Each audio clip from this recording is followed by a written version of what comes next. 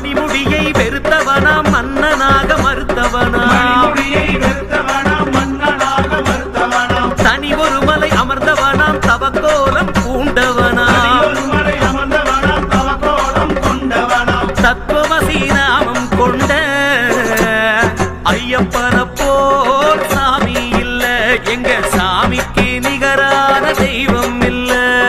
மனிதரோடு மனிதராக மண்ணில் வாழ்ந்த மணிகண்டனா மகிழ்ச்சியை அளிக்க வந்த ஹரிசிவனார் புத்திரனா சின்னஞ்சிறு சிவன் ரூபம் ஐயப்பன போ